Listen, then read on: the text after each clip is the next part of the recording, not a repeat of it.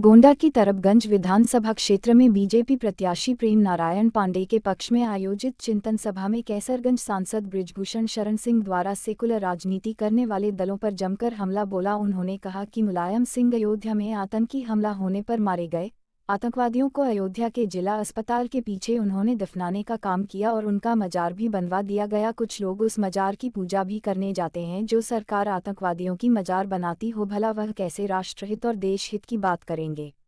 सांसद कैसरगंज ने कहा कि पहले चरण के चुनाव में भारतीय जनता पार्टी ने 2017 में जितनी सीटों पर काबिज थी उससे ज्यादा ही जनता ने हमें जिताने का काम किया है। सांसद ने हिजाब प्रकरण में बोलते हुए कहा, अफसोस तो तब होता है जब प्रियंका गांधी उसके पक्ष में खड़ी होती हैं। उन्होंने कहा कि जिन्ना चले गए लेकिन अपने लोगों को छोड़कर गए उनके लोग दिखाई पड़ रहे हैं, चाहे दिल्ली यूनिवर्सिटी हो या शाहीन बाग हो या फिर हिजाब के रूप दिखाई पड़े रहे। कैसरगंज सांसद बृजभूषण शरण सिंह ने कहा, जह जह पग धरे हनुमंता। उन्होंने अपने आप को हनुमान बताते हुए कहा कि जिन जिन विधानसभाओं में हमने अपना चिंतन शिविर लगाया है वहां पर हमारे राजनीतिक प्रतिद्वंदी का पूरी तरह सफाया हो जाएगा।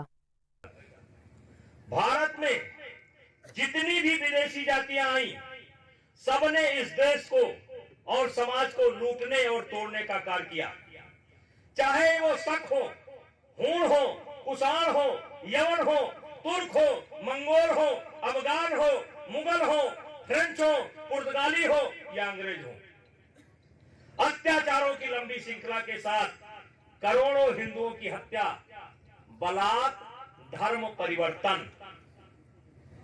एक धर्म परिवर्तन वाले हमारे सामने बैठा खड़ा हो गुड्डू, ये पहले ठाकुर आयन का देख लियो भैया पुरवा। अरे भैया मुंह दिखाओ। तोहार बाबा 5 पुष्प पहले हमार बाबा भाई रहे। और इतिहासकार नहीं, ये बात नहीं, मैं दूसरी बात बता रहा हूं। और इतिहासकार ये लिखते हैं कि 10वीं शताब्दी से लेकर के 15वीं शताब्दी तक 8 करोड़ हिंदू या तो धर्म परिवर्तन किए हैं या तो मारे गए हैं। इस बात को साबित करते हैं हमारे डॉक्टर अब्दुल कलाम साहब। कहानी यही नहीं खत्म होती। यदि विदेशी आक्रमणकारी लूट कर चले जाते या केवल शासन ही करते तो शायद दुख और संकट कुछ कम हो जाता, किंतु उन्होंने तो राजनीतिक सत्ता पर नियंत्रण करने के साथ साथ यहाँ के सामाजिक धार्मिक आस्थाओं को भी समाप्त करने का योजनाबद्ध प्रयोग किया। इन अत्याचारों में से एक और लाखों लोग विधर्मी बनाए गए और वही लोग लाखों लोग संघर्ष करते हुए बलिदान भी दे रहे थे। लगभग 50 पीढ़ियां, लगभग 50। कल पहले चरण का चुनाव हुआ है 58 सीटों पर, कितने % आप वहां पे सुरक्षित मानते हैं अपने आप को? देखिए, 2014 में भी भारतीय जनता पार्टी की सरकार मोदी जी की आई थी तो इस देश के गरीबों ने बनाया था। 17 में भी गरीबों ने बनाया है, 19 में भी गरीबों ने बनाया है।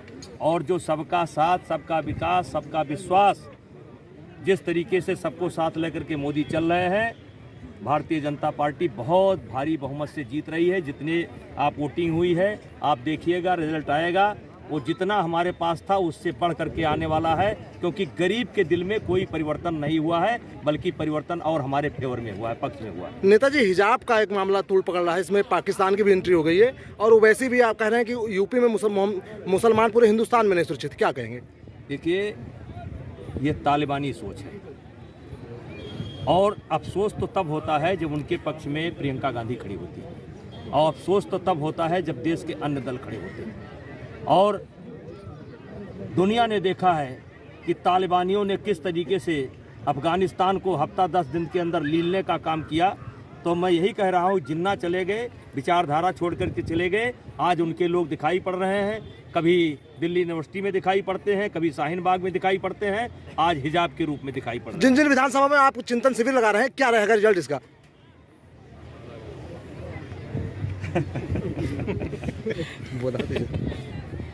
जहाँ जहाँ चरण धरे हनुमंता है। हाँ।